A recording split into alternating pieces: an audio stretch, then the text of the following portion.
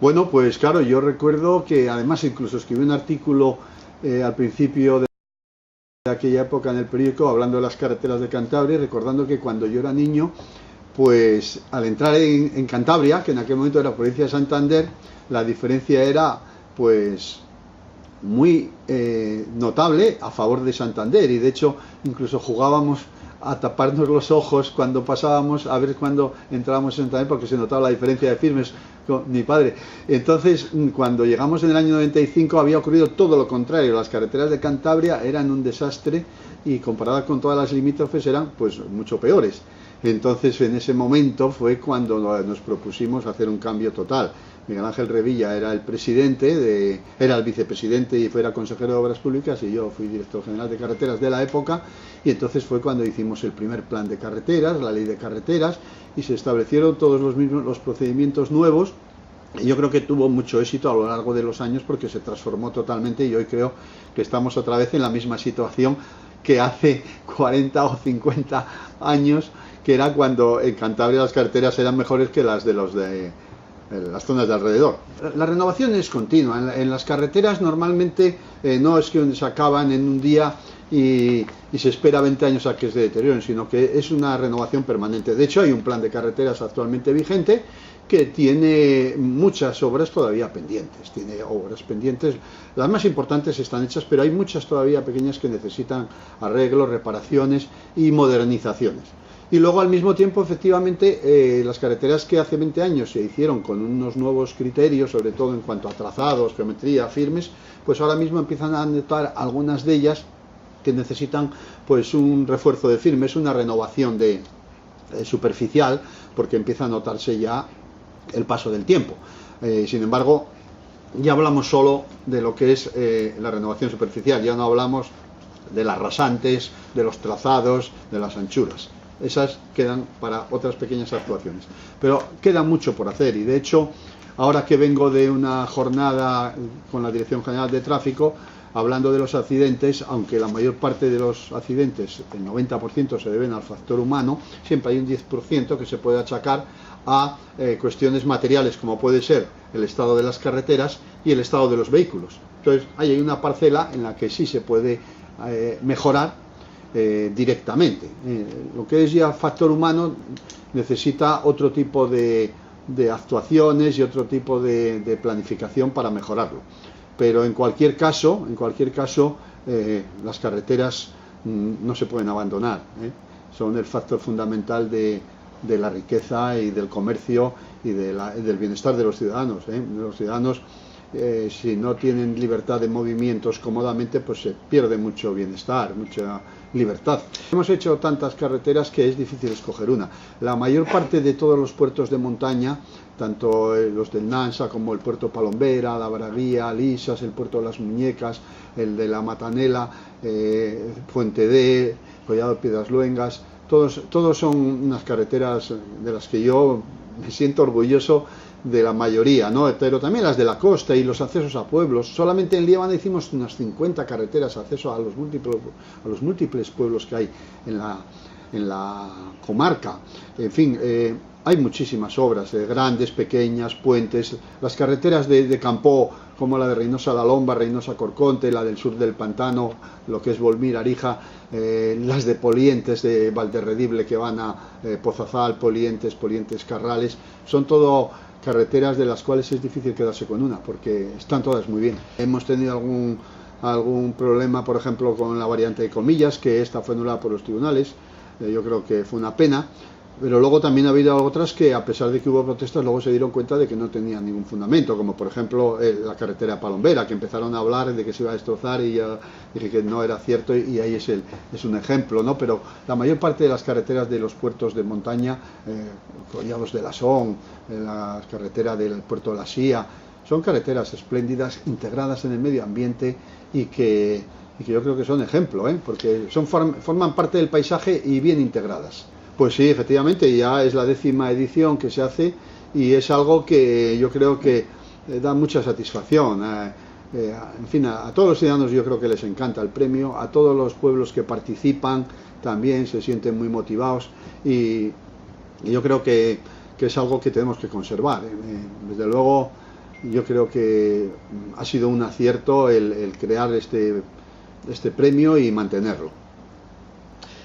Efectivamente, el plan de puertos es un plan que está en vigor. En este plan de puertos ha habido algunas actuaciones que han culminado perfectamente, como fue el puerto de Laredo, que se construyó un puerto que es un ejemplo de puerto, una infraestructura extraordinaria, con un gran éxito especialmente en lo que es la dársena pesquera, y que le ha pillado la crisis y por eso está teniendo más dificultades para desarrollar la parte de la náutica, aunque ya han cambiado las tornas y en estos momentos está empezando a crecer y hay más de 200 barcos deportivos y bueno, ahí está una infraestructura extraordinaria. El puerto de Castro, sin embargo, que era la reordenación de la dársena, sencillamente ese se dejó de lado y se diseñó otra forma de actuación a base de fondeos. Y luego se mantienen, bueno, se hicieron grandes renovaciones. El puerto de Santoña ha sido renovado totalmente, todavía le falta alguna cosita, pero es un puerto muy bonito, acabado. Lo mismo que el puerto de Colindres con su reordenación de la dársena, donde conviven los pesqueros y los deportivos. Y después de esto, pues tenemos algunos puertos como el de Suances, que está pendiente de una ampliación, de un puerto deportivo. Estamos en conversaciones con el ayuntamiento desde hace tiempo para dotar estos terrenos y ampliarlo con la zona de modificar el campo de fútbol, que está en un sitio donde tiene poco sentido, ahí al lado del mar, ¿sí? Y llevarlo al otro lado. Y también el puerto de San Vicente de la Barquera, que es un puerto que está justo allí en el frente donde está el parque, en un sitio perfecto para hacer un puerto deportivo y que está ahora mismo dando sus pasos adelante para ver si el año que viene se puede avanzar. Y luego se han hecho obras sin parar en todos ellos, porque en el mismo San Vicente se hizo una ampliación de un puerto deportivo de unos 80 traques, se ha renovado la parte de las pesqueras. Comillas es otro puerto espléndido, es uno de estos puertos preciosos, pequeñito, pero como digo, ejemplo de puerto coqueto, de piedra antiguo recogido, y que se arregló no solo el propio puerto en sí, sino todo su entorno. Y, en fin, yo creo que en los puertos ha habido una gran renovación. Se han abierto a la ciudad, se han eliminado las barreras. Ahora mismo cualquiera que vaya, por ejemplo, el puerto de Colindres ya no tiene la barrera que le separaba, sino que tiene un paseo con sus parterres y la acera amplia, que queda muy bien. En fin, yo creo que en materia de puertos se ha avanzado una barbaridad en este tiempo y todavía queda bastante por hacer. Bueno, el puerto de Laredo tuvo una gran inversión, como todo el mundo sabe, le pilló la crisis y a la concesionaria entró en concurso de acreedores, con lo cual tuvo la administración que hacerse cargo del propio puerto otra vez. Y esto, pues, es una coyuntura que ha pillado en España a todo el mundo en todos los sentidos. O sea, los puertos deportivos, además, son muy sensibles a la crisis. La demanda de puerto deportivo, pues, realmente es muy elástica y depende muchísimo de la coyuntura económica. Cuando la coyuntura económica empeora, caen en picado.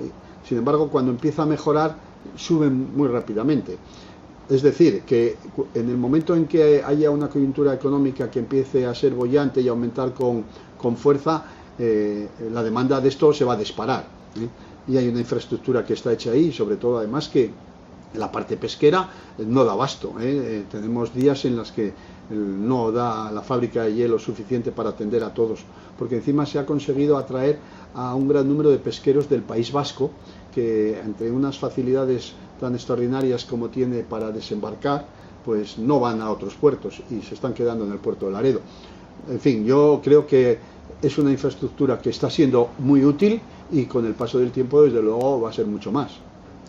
Es un hecho que lo que es el presupuesto de la consejería ha bajado drásticamente con la crisis. En estos momentos, cuando hay que hacer recortes, la obra pública y las obras se paran muy drásticamente. Yo creo que demasiado, porque luego yo creo que esto tiene un efecto sobre el resto de la economía, que es una espiral que es difícil luego de contener. Y por eso, pues sí es cierto que tenemos mucho menos dinero que antes. Lo que estamos haciendo es intentando hacer pequeñas obras, muchas pequeñas obras que generen mano de obra intensiva. Por eso estamos haciendo hincapié en la rehabilitación y sobre todo en las pequeñas obras municipales. No hacemos ya muchas grandes obras de millones de euros, pero sí hacemos muchos contratos de menos monta, pero que generan empleo dentro de lo que es un orden de magnitud. Lógicamente, con 150 millones de euros se genera más empleo que con 90, ¿no? Pero nosotros nos estamos adaptando a lo que tenemos, ¿eh? Y yo creo que el resultado pues no es malo. Yo creo que la mayor parte de los ayuntamientos en fin, de nuestra propia gente está satisfecha con lo que hacemos. No está muy satisfecho el sector de la construcción porque lógicamente las empresas constructoras pues necesitan más actividad y el empleo en la construcción cayó de una manera radical. No solo por la obra pública, que sí cayó, pero mucho más especialmente por la edificación. La edificación privada tuvo un parón en seco total y se dejó de construir prácticamente. Por eso el empleo cayó prácticamente a la cuarta parte.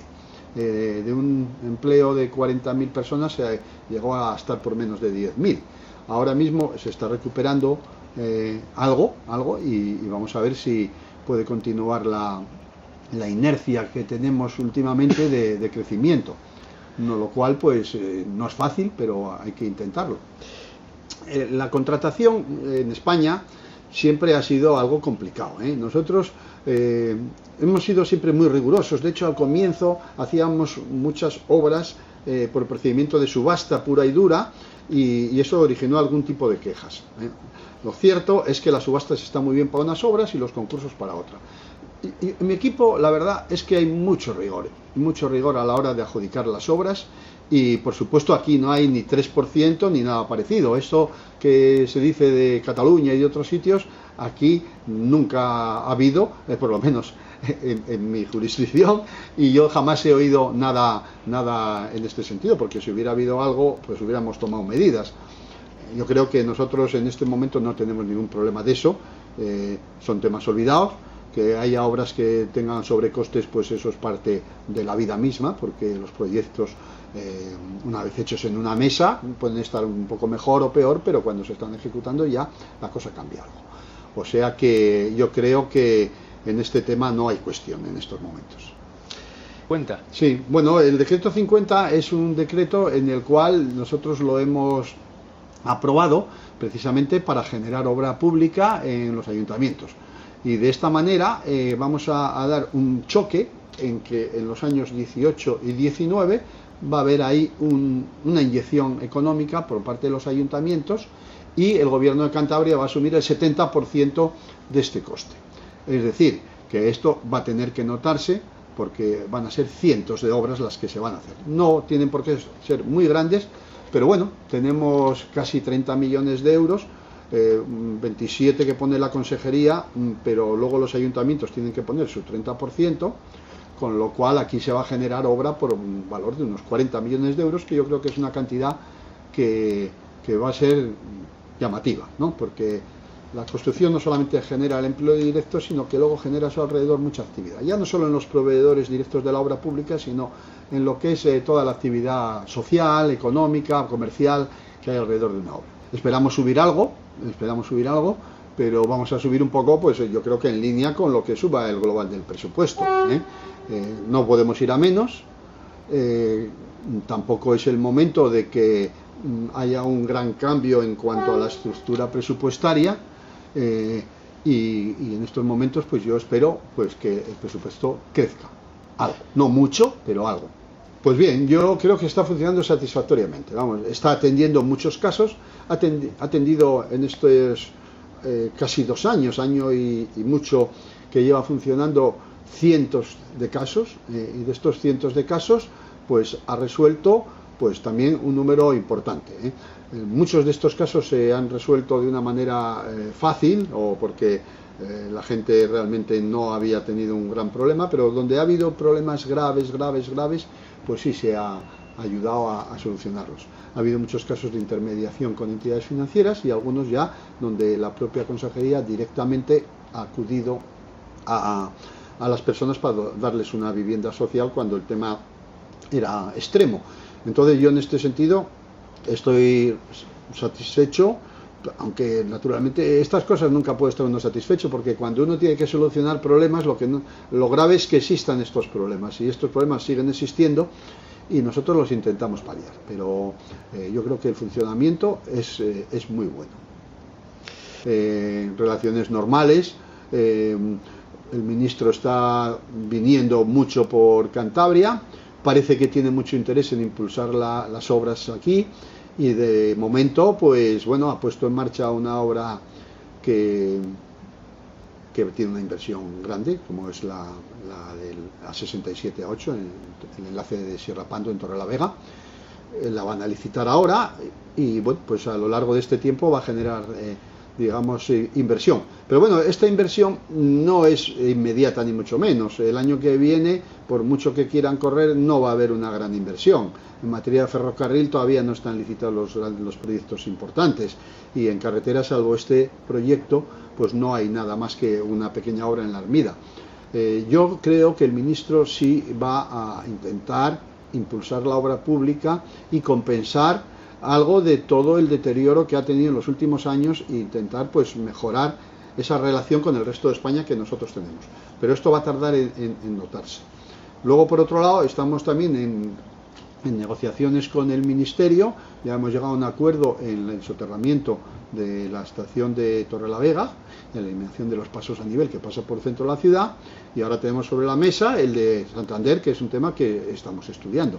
Pero, en fin, yo creo que el ministro tiene, digamos, un interés grande en que esto salga adelante, ¿eh? O sea, no puedo decir lo contrario, pero también es verdad que los hechos no son tan fáciles como aparentemente se dice. Cuando se anuncian inversiones y continuamente, pues hay veces que son a muy medio plazo y claro, uno puede dar mañana una noticia de que se va a hacer esto, pero sabemos que van a tardar muchas de estas que son para de aquí a 5 años o más, ¿eh? O sea que no hay que dejarse engañar solamente por las promesas, sino las realidades hay que verlas. Pero bueno, dicho esto, yo creo que sabemos cuáles son los tiempos de la obra pública y lo importante es que se impulsen, sobre todo, paso a paso. Pero independientemente de estas grandes obras, yo casi mi sueño es el conjunto de muchas pequeñas obras que el ciudadano valore y que le dé esa calidad de vida del día a día. Pues hombre, yo creo que sería muy posible, porque no hay que olvidar que en las últimas elecciones estuvo muy cerca, ¿eh? En las elecciones del 2015 nos quedamos a un diputado, ¿eh? El PP sacó 13 y el PRC sacó 12. Y claro, hay que tener en cuenta la potencia que tenía el PP y sus campañas electorales y sus fuentes de financiación. Si estuviéramos todos en igualdad de condiciones, probablemente no hubiera ocurrido lo mismo. Pero bueno, en estos momentos yo creo que ya claramente en Cantabria el partido regionalista, el PRC, es el partido mejor valorado, y yo creo que, en fin, muy mal tendrían que ponerse las cosas para nuestro partido si las próximas elecciones no se gana claramente, ¿eh? Porque, en fin, todo es comparar, hay que ver el panorama de los demás partidos y cómo está el partido regionalista, que está fuerte, y yo creo que los ciudadanos lo aprecian, saben que estamos aquí trabajando, y bueno, nunca se sabe, ¿no? Todo esto son intuiciones, ¿eh? Son intuiciones, pero que si lo comparas con las realidades que ocurrieron en el pasado, pues todo indica que en la próxima legislatura el Partido Regionalista pues será el primer partido de Cantabria.